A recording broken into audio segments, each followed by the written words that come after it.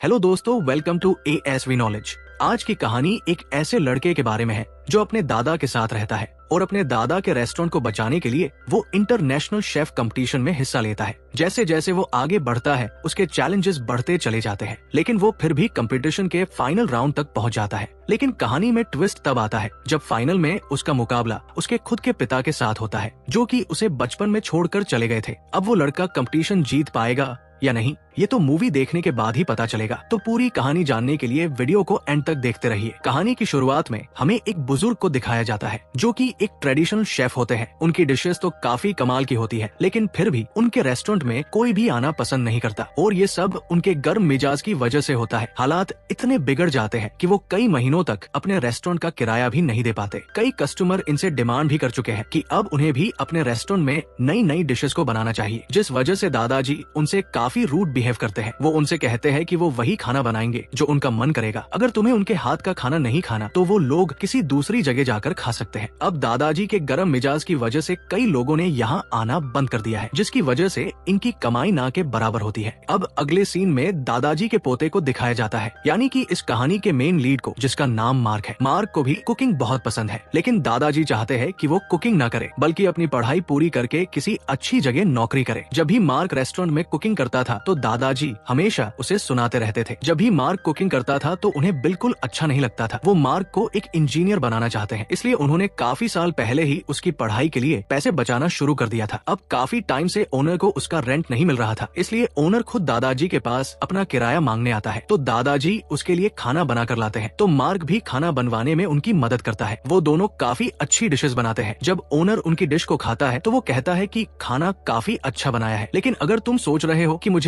खाना खिलाकर मुझे इम्प्रेस कर दोगे तो ऐसा बिल्कुल नहीं है, क्योंकि मैं खाने की वजह से किराया लेने से मना नहीं करूंगा। मैंने बैंक से लोन लेकर ये जगह बनाई थी और अगर टाइम पर रेंट नहीं दिया तो बैंक इस जगह को सीज कर देगा और मैं आपकी वजह से अपना नुकसान नहीं करवा सकता। आपके पास सिर्फ 2 हफ्ते का समय है, या तो रेंट दे दो वरना इस जगह को खाली कर दो। अगर अपने रेंट नहीं दिया तो बैंक वाले इस जगह को कभी भी जब्त कर लेंगे, क्योंकि मेरे पास भी इतने सारे पैसे नहीं है। इसके बाद वो दादाजी से कहते हैं कि आपका पोता काफी अच्छा खाना बनाता है, आप इसे किसी अच्छे रेस्टोरेंट में काम पर लगवा दो। इतना सुनते ही दादाजी को ओनर पर गुस्सा आ जाता है, वो उसे सुनाने लग जाते हैं। इसके बाद ओनर कहता है कि 2 हफ्तों के अंदर पैसे का इंतजाम कर दीजिए, फिर वो वहाँ से चला जाता है। अब हम भी ये बात जानते हैं कि 8 महीने का किराया 2 हफ्ते में दे पाना लगभग नामुमकिन है, वो भी तब जब कमाई का साधन 0 हो। अब दादाजी भी जानते हैं कि इतने कम समय में 8 महीने का रेंट दे पाना उनके बस का नहीं है। वो परेशान हो जाते हैं और ड्रिंक करने लगते हैं। तभी ज्यादा ड्रिंक करने की वजह से वो नीचे गिर जाते हैं, तो मार्क उन्हें जल्दी से हॉस्पिटल लेकर जाता है। अब चेकअप करने के बाद पता चलता है कि दादाजी को हार्ट अटैक आया था। ये सुनकर दादी तो काफी परेशान हो जाती है। फिर वो मार्क से कहती है कि तेरे दादाजी बहुत ज्यादा टेंशन में है। उन्हें भी पता है कि वो इतनी जल्दी पैसों का इंतजाम नहीं कर पाएंगे और अगर ऐसा हुआ तो उनके हाथों से ये रेस्टोरेंट निकल जाएगा। तो मार्क दादी से कहता है कि आप फिक्र मत करो,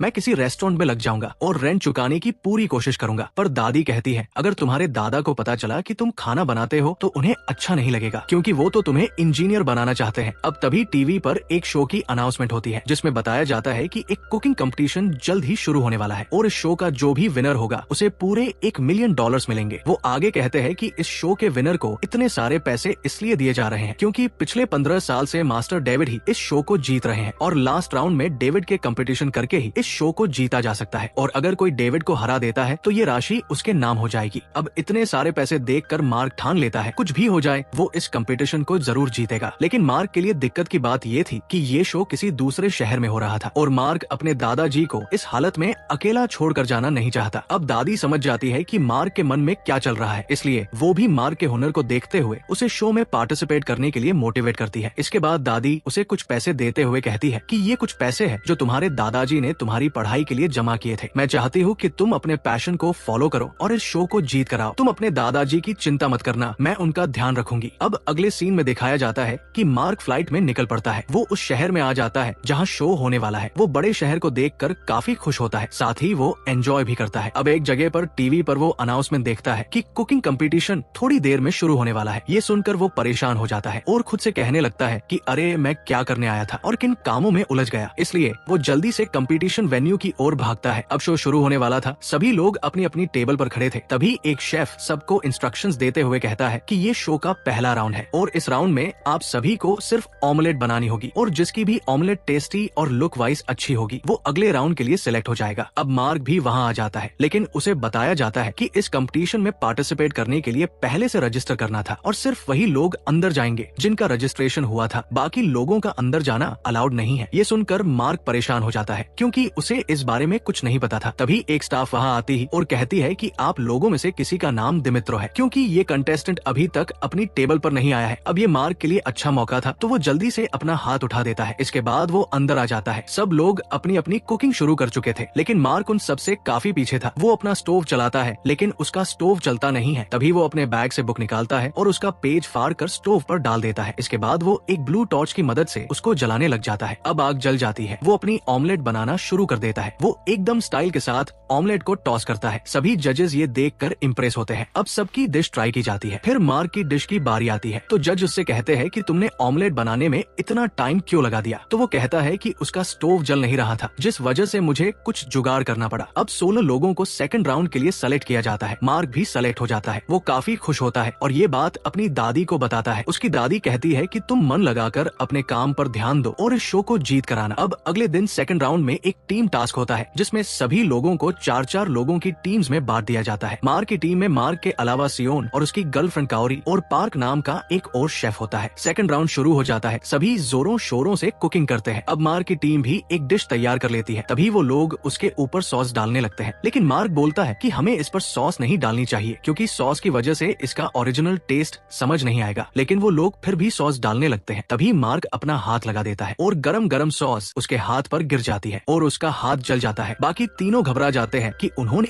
ये क्या कर दिया। तभी जज वहाँ आ जाते हैं। वो लोग उनकी डिश चेक करने लगते हैं। वो तीनों परेशान हो जाते हैं कि बिना सॉस के उनकी डिश रिजेक्ट हो जाएगी और वो लोग अगले राउंड में नहीं जा पाएंगे। अब जज उनकी डिश को ट्राई करने जाते हैं तो वो पूछते हैं कि सॉस कहाँ है। वो सभी चुप रहते हैं तो जजेस ऐसे ही डिश को टेस्ट करने लगते हैं। उन्हें वो डिश काफी पसंद आती है। वो कहते हैं कि ये डिश काफी लाजवाब है। अच्छा हुआ तुम लोगों ने इसमें सॉस नहीं डाला, वरना इसका टेस्ट और उभर के नहीं आता। अब उनकी डिश काफी अच्छी थी, इसलिए वो लोग थर्ड राउंड के लिए सेलेक्ट हो जाते हैं। वो सभी लोग काफी खुश होते हैं और मार्क का शुक्रिया अदा करते हैं। वो लोग मार्क को ऊपर उठा लेते हैं। वहीं दूसरी तरफ मास्टर शेफ डेविड को दिखाया जाता है, जो मॉनिटर स्क्रीन के जरिए इन सबको देख रहा था। ये वही इंसान है जिसके साथ जीतने वाले शेफ को कंपटीशन करना होगा और डेविड को हराकर प्राइज मनी अपने नाम करनी होगी। डेविड जब मार्क को देखता है तो उसे लगता है कि उसने इस लड़के को कहीं देखा है, लेकिन उसे कुछ याद नहीं आता। वो सोचता है कि शायद किसी शो में उसे देखा होगा। अब शो खत्म होने के बाद जूलिया अपने घर जाने लगती है। तभी वो मार्क को देखती है जो कुछ बना रहा था। वो उससे पूछती है कि तुम यहाँ क्या कर रहे हो। तो वो कहता है कि कुछ सामान बच गया था, इसलिए मैंने सोचा कि सभी लोगों के लिए कुछ बना दूं। इसके बाद वो जूलिया से कहता है कि आपको कुछ खाना है तो बता दो, मैं बना दूंगा। वो कहती है कि ठीक है, तुम जो कुछ भी बना कर दोगे मैं खा लूंगी। अब मार्क जल्दी से उसके लिए नूडल बनाता है। जब जूलिया उन्हें खाती है तो वो एकदम हैरान हो जाती है क्योंकि उसे वो टेस्ट एकदम जाना पहचाना सा लगता है। उसे अपनी पुरानी बातें याद आ जाती है। इसके बाद 15 साल पहले का एक फ्लैशबैक दिखाया जाता है। असल में 15 साल पहले जूलिया इसी कंपटीशन के लिए कुछ हुनरबाज शेफ को ढूंढ रही थी। तभी उसे किसी रेस्टोरेंट में डेविड मिलता है। डेविड कुछ बना रहा था, उसके साथ उसका एक छोटा बच्चा भी था। वो डेविड से कहती है कि कुछ खाने के लिए मिलेगा, तो डेविड कहता है कि थोड़ा वेट कीजिए। फिर कुछ देर बाद डेविड नूडल लेकर आता है जिनका टेस्ट बिल्कुल मार्क के नूडल जैसा था। अब जूलिया प्रेजेंट में आ जाती है। अब जूलिया मार्क के फैमिली बैकग्राउंड को जानने के लिए क्यूरियस हो जाती है। वो अपने असिस्टेंट से कहती है,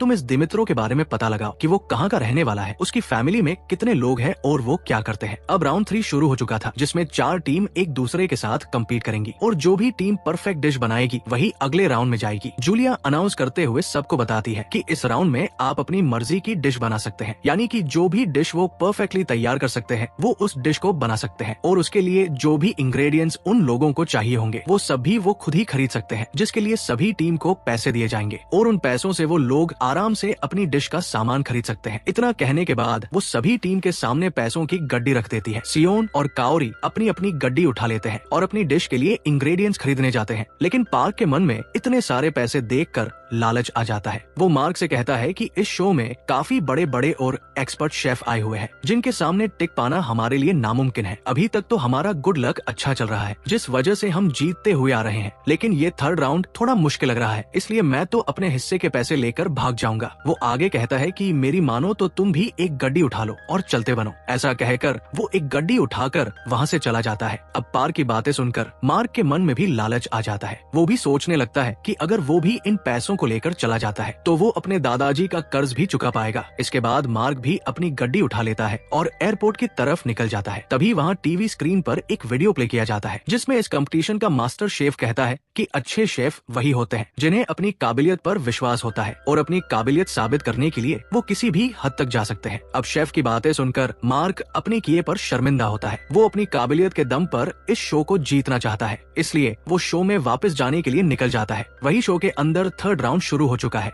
और मार्क की टीम के मेंबर यानी कि सियोन और काओरी अपनी कुकिंग शुरू भी कर चुके थे। तभी मार्क भी वहाँ पहुँच जाता है। वो देखता है कि कुकर अच्छी तरह से नहीं लगा था और वो अब किसी भी टाइम फट सकता है। तो मार्क चिल्लाते हुए सबसे कहता है कि वहाँ से हट जाओ क्योंकि ये कुकर किसी भी टाइम फटने वाला है। इतना सुनकर सब डर जाते हैं और तभी कुकर फट जाता है। सब परेशान हो जाते हैं। वहीं सियोन और काओरी ने जो डिश तैयार की थी वो भी पूरी तरह से बर्बाद हो चुकी थी। ये देखकर मार्क की टीम के सभी मेंबर टेंशन में आ जाते हैं क्योंकि अगर जल्दी ही उन्होंने कोई डिश तैयार नहीं की तो वो इस राउंड को हार जाएंगे। इसके अलावा अब उन लोगों के पास दोबारा से डिश को तैयार करने के लिए भी इंग्रेडिएंट्स मौजूद नहीं थे। वो सब सोचने लगते हैं कि वो जल्द ही एलिमिनेट हो जाएंगे और ये सोचकर वो बहुत परेशान होते हैं। तभी वहाँ पर पार्क आ जाता है। उसके हाथ में बैग्स होते हैं तो काओरी को लगता है कि शायद वो सामान लाया है, लेकिन जब काओरी उसके बैग चेक करती है तो उसमें जूते और कपड़े होते हैं। वो उस पर गुस्सा करती है तो पार्क उससे कहता है कि आप लोगों ने क्या बनाया है। वो बताती है कि उनका सारा खाना बर्बाद हो चुका है, लेकिन बचे हुए चावल को देखकर मार्क के दिमाग में एक डिश आ जाती है। वो सबको काम पर लगा देता है। वो उन बचे हुए चावलों से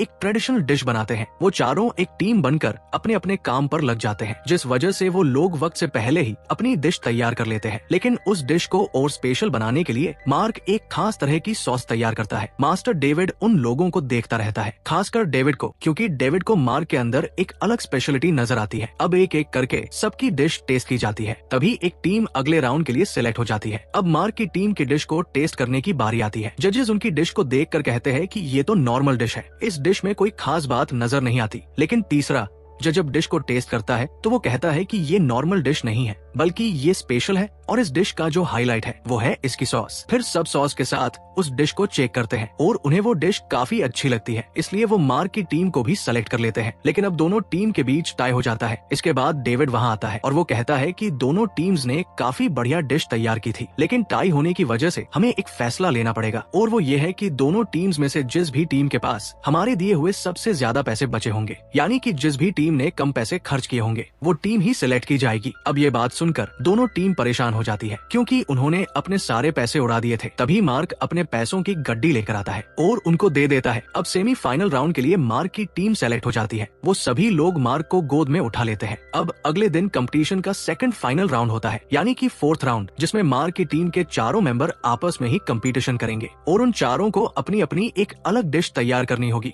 शो की होस्ट कहती है कि तुम सभी को नूडल्स बनाने होंगे। ये सुनकर वो तीनों लोग जोश के साथ अपने काम पर लग जाते हैं, लेकिन मार्क ना जाने किन ख्यालों में खोया होता है। वो कुकिंग भी नहीं करता। ये देखने के बाद किसी को समझ नहीं आता कि आखिर मार्क के साथ हुआ क्या है। वो अपनी डिश तैयार क्यों नहीं कर रहा। वही मार्क अपने बचपन की यादों में चला जाता है और अपने पिता की नूडल से बनाई हुई डिश को याद करने लगता है। आज वही डिश वो बनाने वाला था। अब वो भी अपनी कुकिंग को शुरू कर देता है, लेकिन उसके कुकिंग का स्टाइल काफी यूनिक होता है। हर कोई उसके स्टाइल की तारीफें कर रहा था। अब डेविड भी सोच में पड़ जाता है कि आखिर वो इतने फास्ट तरीके से कुकिंग कैसे कर सकता है। वो सबसे अलग है, लेकिन इसने ये सब कहाँ से सीखा होगा। यही सब डेविड के मन में चलता रहता है। अब कुकिंग टाइम खत्म हो जाता है और जूलिया सबकी डिश ट्राई करती है। सबसे पहले वो पार्क की डिश चेक करती है। उसे डिश अच्छी लगती है, लेकिन उसे वो हेल्दी नहीं लगती, तो वो पार्क को रिजेक्ट कर देती है। फिर सियोन की डिश को ट्राई किया जाता है, लेकिन उसकी डिश में बाल होता है, इसलिए वो भी रिजेक्ट हो जाता है। इसके बाद जब जूलिया काओरी की डिश ट्राई करने के लिए जाती है, तो ट्राई करने से पहले ही उसे रिजेक्ट कर देती है, क्योंकि वो चॉपस्टिक रखना भूल गई थी। इसके बाद मार्क की डिश की बारी आती है। वो मार्क से कहती है कि क्या तुमने ध्यान से इंस्ट्रक्शन नहीं सुने थे, क्योंकि हमने नूडल बनाने के लिए कहा था और ये तो नूडल्स नहीं है लेकिन मार्क कहता है कि अरे आप पहले इस डिश को ट्राई तो करिए, इसको उठाकर तो देखिए क्योंकि मैंने नूडल्स ही बनाए हैं। वो एक पीस उठाती है और खाकर काफी शौक होती है क्योंकि उसने आज तक इतने अच्छे नूडल नहीं खाए थे, वो बिल्कुल अलग थे। इसलिए इस राउंड का विनर मार्क बन जाता है। सभी लोग मार्क के लिए खुश होते हैं। वही डेविड भी मार्क को देखता रहता है और समझ जाता है कि इस लड़के के अंदर कोई बात जरूर है, इसके अंदर एक अलग तरह का हुनर है। ऐसा टैलेंट देखकर वो बहुत खुश होता है। अब जूलिया के पास उसके असिस्टेंट का कॉल आता है। वो उसे बताता है कि उसने दिमित्रो के बारे में पता लगा लिया है और फिलहाल वो उसके पास ही खड़ा है और शो में जो दिमित्रो के नाम से पार्टिसिपेट कर रहा है वो कोई और है जो झूठ बोलकर कंपटीशन में आया है। इतना सुनकर जूलिया को यकीन हो जाता है कि उसका शक सही निकला। इसके बाद एक फ्लैशबैक दिखाया जाता है जिसमें 15 साल पहले जूलिया अलग अलग जगह से काबिल शेफ की तलाश कर रही थी। तभी उसे डेविड मिलता है। वो डेविड की काबिलियत को पहचान लेती है और उसे एक कुकिंग शो में लेकर जाती है। शो में जाने से पहले एक बूढ़ा आदमी डेविड को रोकने की कोशिश करता है। ये बूढ़ा आदमी कोई और नहीं बल्कि दादाजी थे, लेकिन डेविड उनकी बात नहीं मानता और शो में चला जाता है। इसके बाद डेविड उस शो को जीत भी जाता है, लेकिन शो जीतने के बाद डेविड वापस अपने घर रहने के लिए नहीं आया क्योंकि जब वो शो की शूटिंग करता था तो एक दिन दादाजी के रेस्टोरेंट में आग लग जाती है। ऊपर से डेविड भी वहाँ नहीं होता तो दादाजी काफी ज्यादा परेशान हो जाते हैं। उन्हें समझ नहीं आता कि वो क्या करे। ऊपर से मार्क भी उस वक्त काफी छोटा था, वो भी उस आग में जलते जलते बचा था। अब दादाजी को डेविड पर काफी गुस्सा आता है क्योंकि इतना बड़ा हादसा होने के बाद वो एक बार भी अपने बेटे या अपने पिता का हाल लेने नहीं आया। इसके बाद दादाजी आखिरी उम्मीद से उसको कॉल करते हैं, लेकिन जूलिया कॉल को रिसीव करती है। वो दादाजी से कहती है कि डेविड इस वक्त शूटिंग कर रहा है, वो थोड़ा बिजी है। दादाजी कहते हैं कि मेरी एक बार बात करवा दो, लेकिन जूलिया मना कर देती है। वो कहती है कि ऐसे शो के बीच में से नहीं आ सकते, जब वो फ्री हो जाएगा तब उससे बात कर लेना। अब जूलिया की बातें सुनकर दादाजी को और गुस्सा आ जाता है और वो गुस्से में कहते हैं कि जब डेविड फ्री हो जाए तो उससे कह देना कि आग में उसका बेटा भी जलकर मर गया। ये सुनकर जूलिया काफी ज्यादा शॉक हो जाती है। अगले सीन में जब डेविड फ्री होता है तो जूलिया उसे सब बता देती है। फिर डेविड रेस्टोरेंट में जाता है जिसकी हालत काफी खराब हो चुकी थी। उसने अपने पिता के बारे में जानने की कोशिश की। आखिर वो हादसे के बाद कहाँ चले गए, लेकिन उसके हाथ कुछ नहीं लगता। इसलिए वो फैसला करता है कि वो अब कभी इस शहर में वापस नहीं आएगा, जिस वजह से उसे ये नहीं पता कि मार्क ही उसका बेटा है और वो जिंदा है। अब वही दूसरी तरफ हमें दादाजी को दिखाया जाता है जो कि टीवी देख रहे थे। तभी वो टीवी में जूलिया को देखते हैं। उसे देखकर दादाजी को बहुत गुस्सा आता है तो वो टीवी बंद कर देते हैं, लेकिन तभी सच में जूलिया वहाँ आ जाती है। जब दादाजी जूलिया को अपने पास देखते हैं तो उन्हें लगता है कि शायद टीवी बंद नहीं हुआ, इसलिए वो दोबारा से टीवी बंद करने लगते हैं। लेकिन जूलिया उनसे कहती है कि वो सच में वहाँ आई है। वो दादाजी का हाल चाल लेती है, लेकिन दादाजी को उससे चिढ़ होती है, इसलिए वो चिढ़ते हुए बाहर चले जाते हैं। जब वो बाहर आते हैं तो वो देखते हैं कि और हॉस्पिटल स्टाफ और बाकी के लोग टीवी शो देख रहे हैं और उसमें मार्क को भी दिखाया जाता है। मार्क को देखकर दादाजी कहते हैं कि मेरा पोता इस शो में क्या कर रहा है, उसे तो अपने कॉलेज में होना चाहिए था। तभी दादी वहाँ आ जाती है। वो दादाजी को शांत करने की कोशिश करती है, लेकिन तभी जूलिया बीच में बोलते हुए कहती है कि आप शांत हो जाइए और मुझ पर भरोसा कीजिए क्योंकि मैं उन दोनों बाप बेटों को जरूर मिलवाऊंगी। फिर दादाजी कहते हैं इसकी कोई जरूरत नहीं है, तुम बस यहाँ से चली जाओ और हमें हमारे हाल पर छोड़ दो। अगले सीन में हमें दिखाया जाता है कि जूलिया मार्क को एक रूम में बुलाती है। मार्क वहाँ आ जाता है। जूलिया मार्क को उसके असली नाम से बुलाती है। अब अपना असली नाम सुनकर मार्क को ऐसा लगता है जैसे उसके पैरों तले से मानो जमीन खिसक गई हो, क्योंकि वो तो किसी दिमित्रो के नाम से इस शो में पार्टिसिपेट कर रहा था। उसका मेन मकसद इस शो को जीतना था, लेकिन जब वो अपना असली नाम सुनता है तो उसे लगता है कि अब उसे इस शो से बाहर कर दिया जाएगा और वो कभी भी अपने दादाजी के कर्जे को माफ नहीं करवा पाएगा। इसलिए वो जूलिया से माफी मांगने लगता है और कहता है कि प्लीज मुझे माफ कर दीजिए, मुझे इस शो से मत निकालना, ये शो जीतना मेरे लिए बहुत जरूरी है। तभी जूलिया उससे कहती है कि घबराओ मत, हम तुम्हें इस शो से नहीं निकाल रहे, तुम परेशान मत हो। वो आगे कहती है कि हमने तो तुम्हें शो से बाहर करने की कोई बात ही नहीं की है, बल्कि हमने तुम्हें यहाँ किसी और चीज के लिए बुलाया है।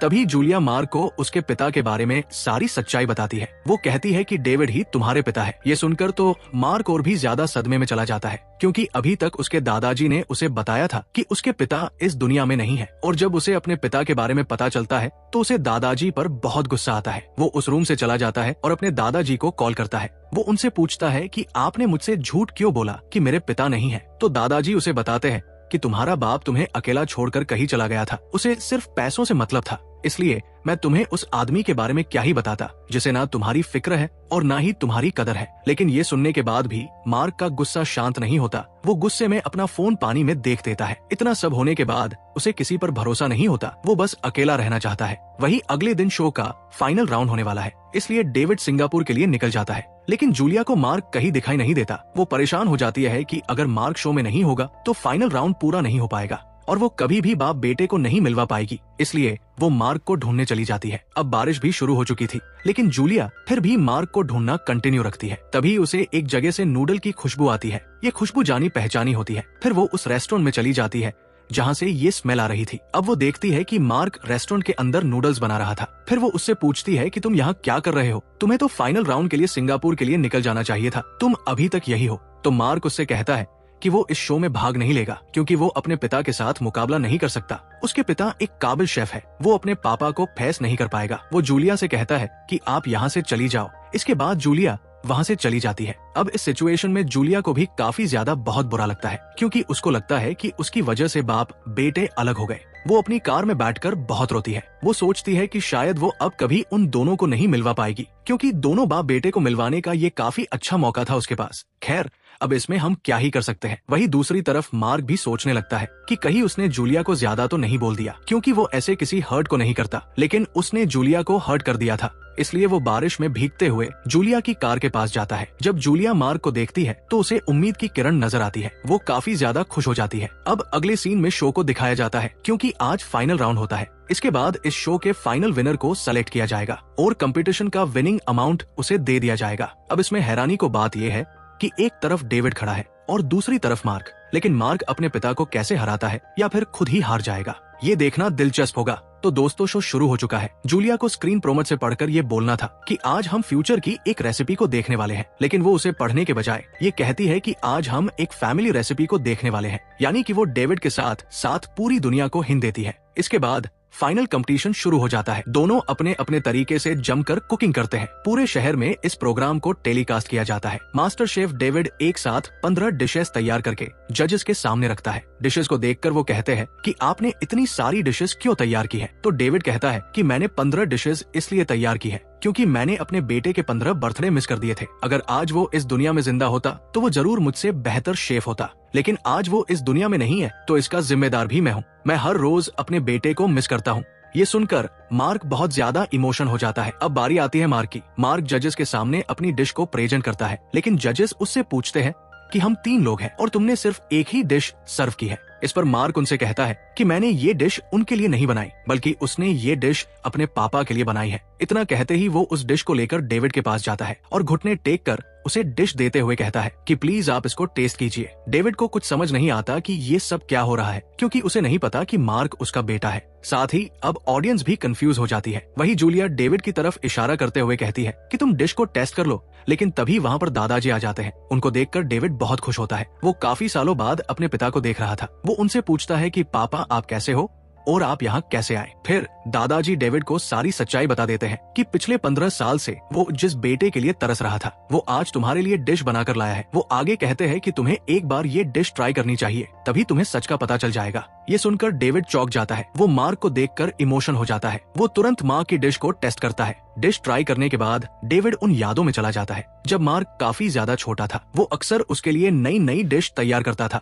साथ ही वो सभी इंग्रेडिएंट के बारे में भी बताया करता था। ये सोचकर डेविड अपने आंसू रोक नहीं पाता। अब मार्क की आंखें भी नम हो जाती है और कई सालों बाद अपने पापा को देखकर वो उसके गले लग जाता है। दादाजी भी बहुत इमोशनल हो जाते हैं। वो जूलिया से कहते हैं कि मुझे माफ करना, मैंने तुम्हें थोड़ा गलत समझा। इसके बाद दादाजी भी उन दोनों को गले लगा लेते हैं और इस तरह एक फैमिली की 3 जनरेशन एक साथ होती है। ऑडियंस भी हैप्पी एंडिंग देखकर खुश हो जाती है। अब अगले सीन में दिखाया जाता है कि मार्क उस शो को जीत चुका था। उसने अपने दादाजी का सारा कर्जा चुका दिया है और उस रेस्टोरेंट को भी खरीद लिया है। वही डेविड और जूलिया की शादी हो चुकी है और यही इस मूवी की हैप्पी एंडिंग हो जाती है। उम्मीद है दोस्तों आपको ये मूवी पसंद आई होगी। आपको ये मूवी कैसी लगी कमेंट करके जरूर बताना। साथ ही जाने से पहले वीडियो को लाइक और चैनल को सब्सक्राइब करना मत भूलना। आपका एक लाइक हमें मोटिवेशन देने का काम करता है। मिलते हैं अगली वीडियो में, तब तक के लिए अपना और अपने परिवार का ध्यान रखिए। राधे राधे।